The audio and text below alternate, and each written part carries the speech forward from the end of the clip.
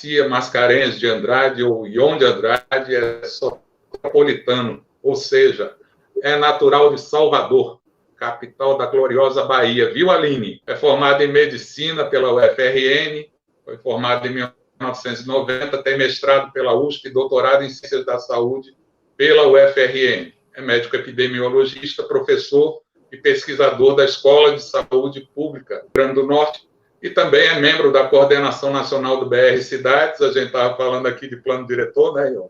E da Executiva Nacional da de Médicas e Médicos pela Democracia. Seja bem-vindo. É um prazer estar aqui com vocês, é sempre uma boa sensação a gente retomar esse nosso diálogo, essa nossa amizade aí de tantos anos, hein, Cristo? Vocês estão me ouvindo bem? Estão me ouvindo bem? Sim. Então, deixa eu me repetir aqui. Sim, vamos adiante. Para mim é uma satisfação sempre muito grande estar com vocês, né, e renovar, a partir desse nosso diálogo, essa amizade aí de tantos anos. Com certeza. Doutor Ion, antes de passar a palavra aqui para os comentaristas, que também são entrevistadores, Alberto e Aline, eu gostaria de fazer uma primeira pergunta, assim, de caráter mais local. Segundo o IBGE, Natal tinha, em 2020, no ano passado, era uma estimativa, 890 mil habitantes, ou seja, aproximadamente 25%, um quarto da população do nosso estado.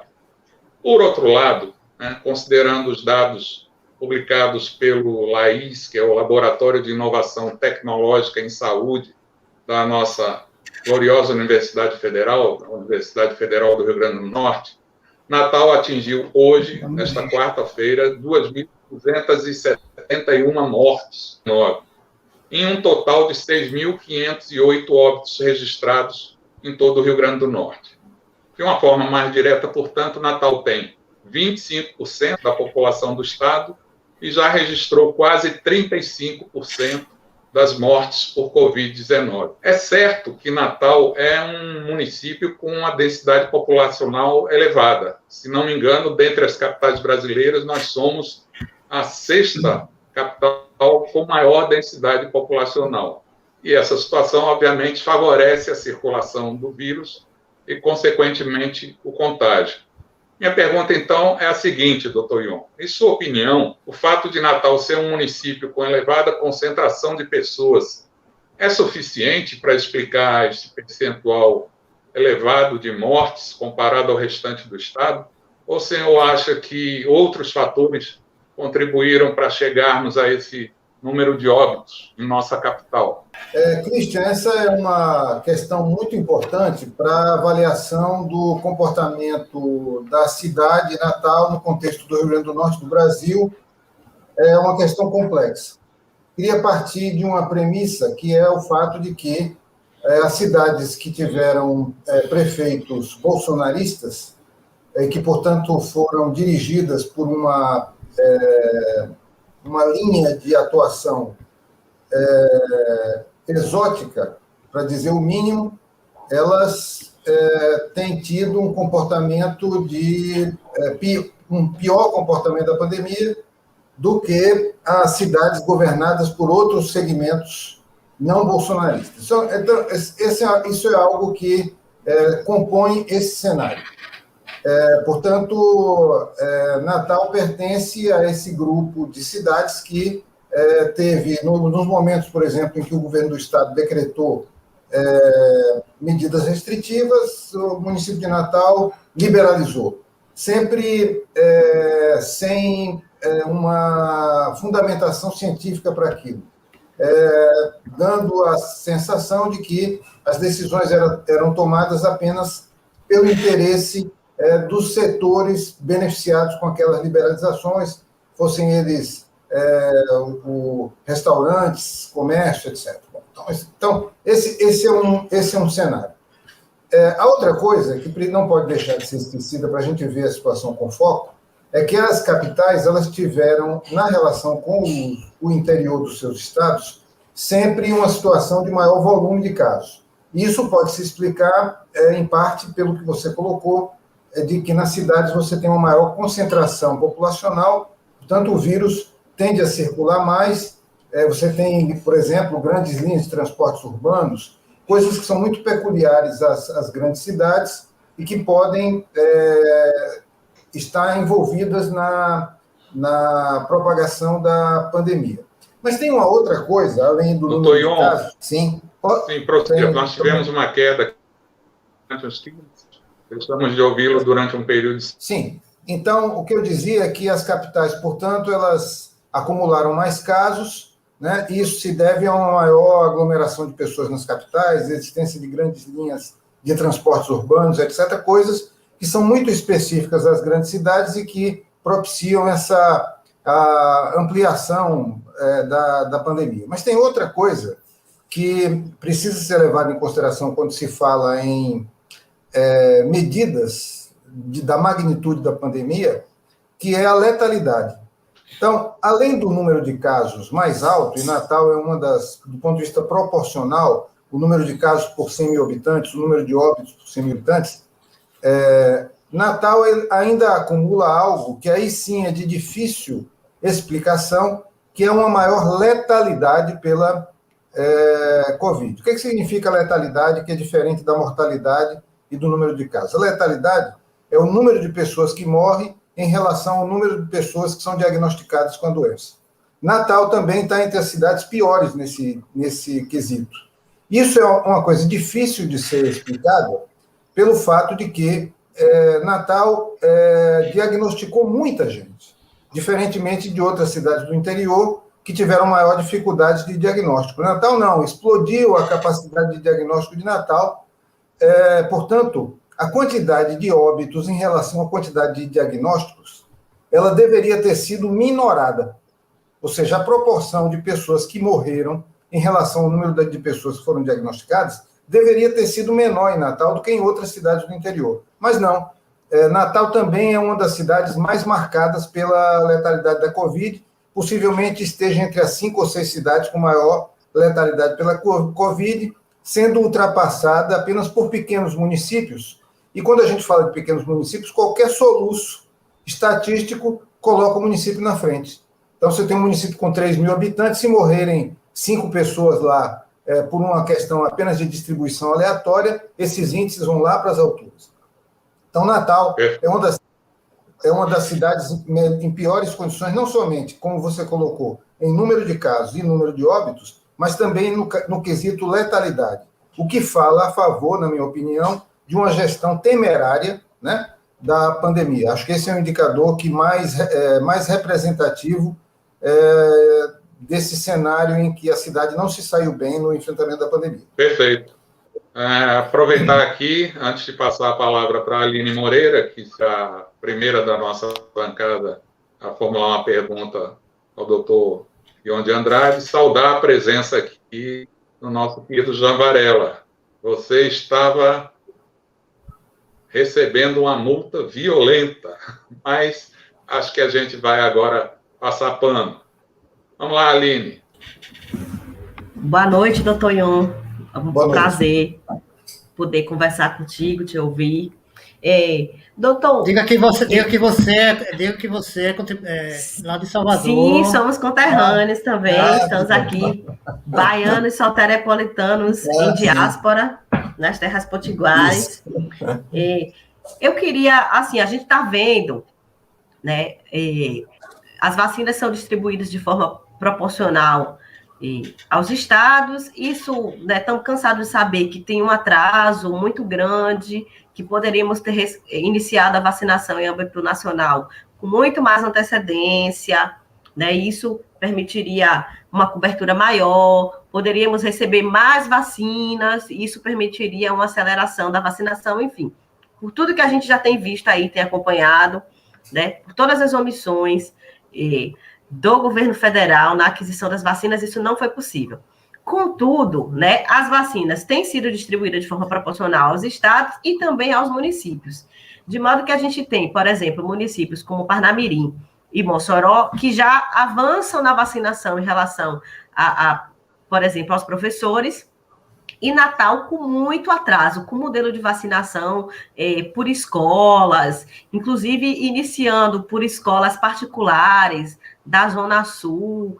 Eu queria que o senhor pudesse explicar para quem nos assiste aqui quais são os equívocos desse modelo e como poderia ser construída a vacinação de modo que a gente conseguisse atingir o grosso da educação, que é a educação pública municipal, inclusive compreendendo todos os seus servidores e profissionais da educação, que não se restringe apenas aos professores e professoras, mas tem toda uma série de profissionais que atuam, né?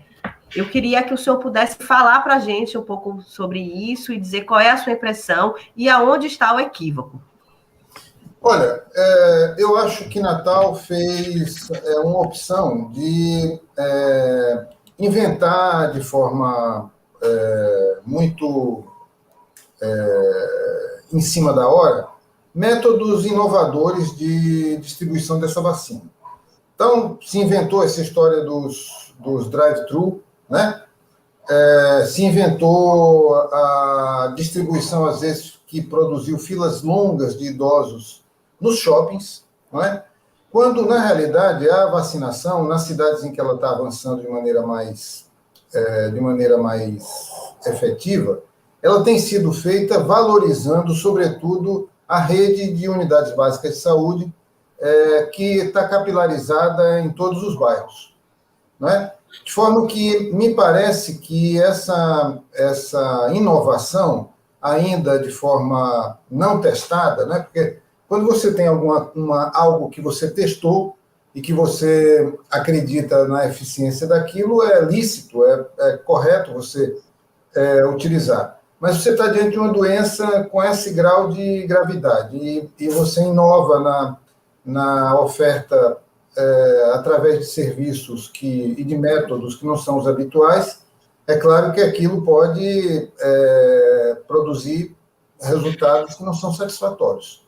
Então, eu acho que Natal, em vários aspectos, não seguiu os cânones, né, da lógica do Sistema Único de Saúde.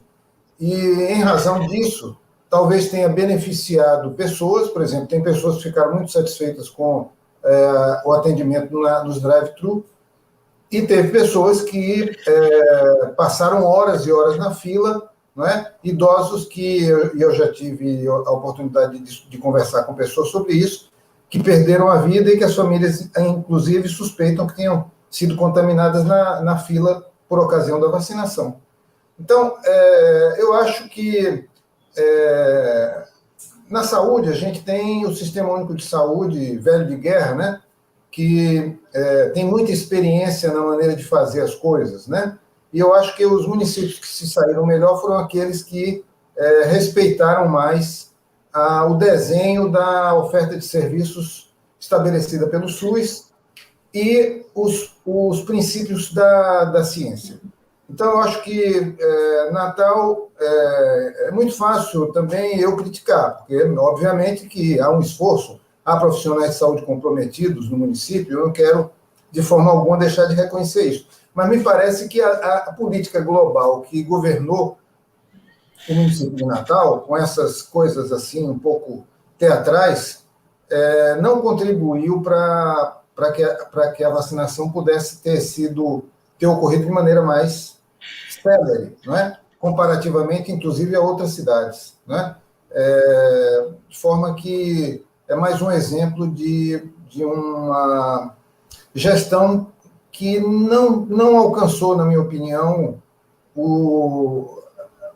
os bases mínimas, né? Em termos de eficiência, eficácia, etc., né? Me parece. Ok, doutor Ion. Alberto, a bola agora está com você. Vamos dar uma colher de chá aqui para o Jean Varela, deixar ele para o final.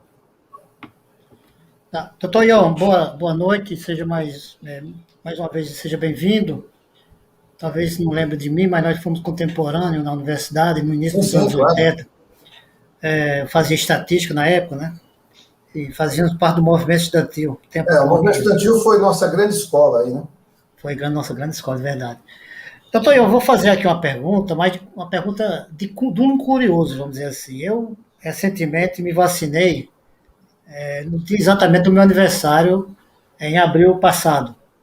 E me vacinei com a chamada Oxford, né?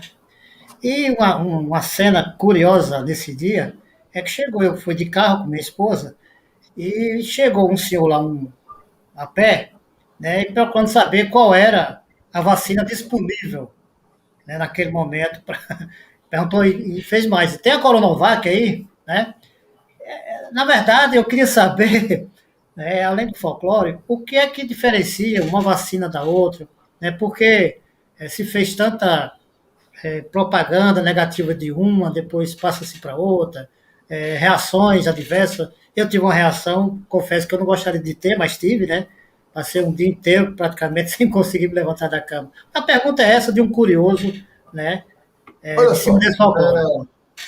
a, a reação à vacina é uma coisa positiva, né? Desde que não seja uma reação colateral grave, mas essas reações banais que a gente tem nos dias seguintes à vacinação, elas são um indício, uma prova de que a imunização está em andamento, porque a imunização ela exige um esforço do nosso organismo e a gente sente, portanto, alguns efeitos colaterais algumas reações adversas dessa vacinação. Portanto, isso é algo que é até positivo. Ter alguma reação depois da vacina significa que ela está funcionando. Em relação à diferença entre as duas vacinas, são bem diferentes do ponto de vista da tecnologia que elas usam. A Coronavac, ela usa o princípio muito consolidado já nas vacinas, que é da inativação do vírus. Então, os vírus são inativados, e são esses vírus inativados, acrescentados de produtos estabilizantes e tal, e outros que ajudam como estimulantes para a imunização, que são injetados, né? De forma que é uma velha tecnologia, muito segura, portanto, ela não é a primeira vacina com essa tecnologia. A vacina de Oxford, portanto, na Coronavac, todo o vírus é administrado, né? Não somente a espícula viral, que é aquela que muitas vezes tem sido escolhida como fragmento do vírus que é usado para imunizar e que é utilizado pelo vírus para penetrar nas nossas células. No caso da vacina de Oxford, é esse fragmento que é utilizado, e a vacina utiliza um vírus não replicante como vetor dessa proteína. De forma que são duas tecnologias totalmente diferentes, as duas muito seguras, né? A vacina de Oxford, ela produz uma imunidade nas primeiras 3 semanas, mas essa imunidade não é duradoura, mas ela já é uma imunidade madura em 3 semanas, e a segunda dose serve para que a vacina possa permanecer em definitivo com imunidade mais longa. E a vacina, e a Coronavac, que também precisa de 2 doses, a imunidade ela só é produzida, a imunidade mais madura, só é produzida a partir da segunda dose. Portanto, ela demora um pouco mais para produzir resultados do que a vacina de Oxford. Mas as duas são vacinas muito boas, e eu queria só acrescentar uma coisa que muitas vezes as pessoas não entendem bem, de que se diz a vacina protege em 50% dos casos, Coronavac 51%, e a vacina de Oxford 64%. E as pessoas então ficam preocupadas com isso. Mas, na verdade, quando a gente fala sobre isso, significa que as pessoas, metade das pessoas, no caso da Coronavac, não adoecem, e no caso da vacina de Oxford, 64% das pessoas não adoecem. Portanto, ela tem um efeito protetor contra a doença nesses percentuais. Mas ambas as vacinas, elas protegem 100% dos casos contra as formas graves. Portanto, ela tem uma proteção, isso são os resultados da pesquisa. Depois que você faz a vacinação em massa, né, É claro que, eventualmente, pessoas podem não desenvolver imunidade satisfatoriamente, aquelas pessoas podem até ter formas graves, mas isso não invalida a vacina. Na verdade, a pesquisa apontou para 100% de proteção nas formas graves, mas foi aplicada em 13 mil pessoas, né? Quando você aplica a vacina em milhões de pessoas, sempre há algum pequeno número que pode não desenvolver imunidade conforme previsto. Por exemplo, pessoas muito idosas podem ter já o sistema imune um tanto senil, não vão desenvolver imunidade. A gente tem ouvido falar de situações de pequenos surtos epidêmicos em asilos, inclusive com óbitos, com pessoas que já foram vacinadas, mas isso não invalida a proteção populacional que a vacina oferece. São situações excepcionais que acontecem com qualquer vacina, que podem decorrer de falhas na imunização, que são individuais. Então, um pouco essa dinâmica que às vezes é complexa de ser entendida, né? Ok, então, Jean, agora é com você, nosso querido advogado e jornalista Jean Varela. Desculpa aí pelo atraso. Segundo, vou utilizar o meu tempo do bloco passado para fazer 3 perguntas.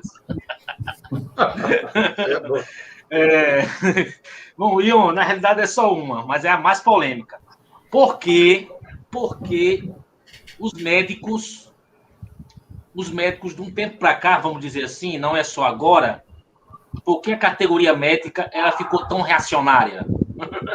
Porque as associações médicas, o Conselho Federal, Regional, desde o mais médico, tem uma posição antagônica a qualquer pauta que a gente possa classificar como progressista ou até científica.